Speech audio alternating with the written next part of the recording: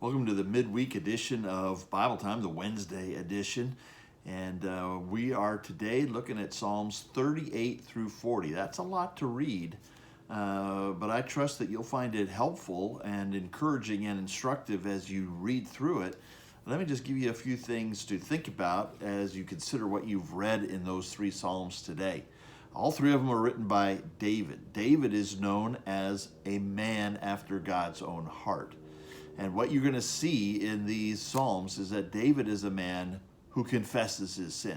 David is a man who acknowledges his iniquities. David is a man who sees himself the way God sees him. And so that is important for us to take note of. And you can also see how these three can go together. Verses 38 and 39 talk a lot about the confession of his sin and all the things that go along with that.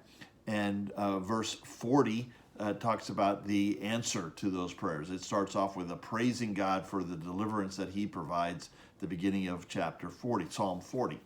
So those are some things to keep in mind. But David is quick to confess his sin.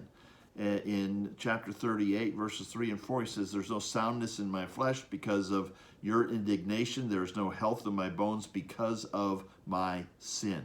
For my iniquities have gone over my head like a heavy burden. They are too heavy for me." He recognizes his own sin, and he recognizes even the effects of sin in his life. And so he states that. Chapter 39 and verse 8, right at the beginning, he says, "Deliver me from all my transgressions." He's acknowledging his transgressions, his iniquity, his sin.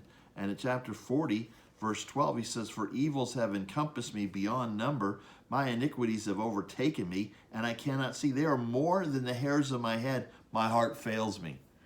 David was quick to confess his sin. A man after God's own heart is not a sinless man. A man after God's own heart is a man who acknowledges his sin, who confesses his sin. And he turns to God for mercy. He turns to God for deliverance. He recognizes he's totally dependent upon God to deliver him. He's got no resources on his own to resolve the problems of his own sin. And so he's totally dependent upon God. He recognizes that dependence. And you can see that expressed throughout these Psalms, especially 38 and 39. And then in chapter 40, you can see that he waited on the Lord. He put his trust in the Lord. He hoped in the Lord, and the Lord provided the deliverance. In chapter 40, starting in verse 1, he says, "I waited patiently for the Lord. He inclined to me and heard my cry. He drew me up from the pit of destruction, out of the miry bog, and he set my feet upon a rock, making my steps secure. He put a new song in my mouth, a song of praise to our God. Many will see and fear and put their trust in the Lord. Blessed is the man who makes the Lord his trust, who does not turn to the proud, to those who go astray after a lie." Boy, those are good words for today. There's a lot of lying going on, a lot of pride being thrown around. But the righteous man confesses his sin and finds joy in the deliverance that the Lord provides.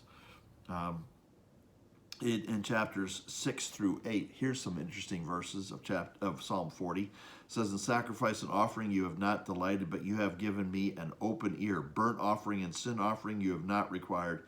Then I said, Behold, I have come. In the scroll of the book it is written of me. I delight to do your will, O my God. Your law is within my heart." Those verses right there are quoted in Hebrews chapter 10, verses 5 through 7, and attributed to Christ. This is Christ. So there's a deliverance because there's a deliverer.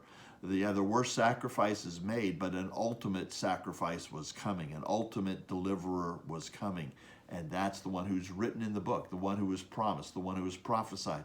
The deliverer is on the way. And so that's what we're looking for. That's the basis upon which we can appeal to God to show mercy on us and forgive us for our sins. And so those are some takeaways from these Psalms, that the man of God is quick to confess his sin, turn to God, ask for forgiveness and deliverance, even deliverance from the trouble he's brought upon himself through his sin, and it's based upon the fact that God has provided the deliverer. And so there's praise and joy in knowing that.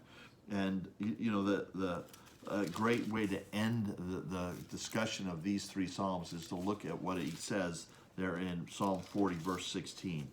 He says, may all who seek you rejoice and be glad in you. There's nothing more to rejoice over than the deliverance from our sins. And he says, may those who love your salvation say continually, great is the Lord. Great is the Lord. And so there's something for you and me to think about. I was very encouraged yesterday by how many of you went on your social media and proclaimed the steadfast love of the Lord. Well, how about you do the same thing today and you just proclaim, great is the Lord. Make his greatness known. Exalt his name. Do it publicly. Proclaim the greatness of our God. What a great way to center our thinking in the middle of a week. And so I trust that this has been helpful to you, and I'll see you tomorrow for more Bible time.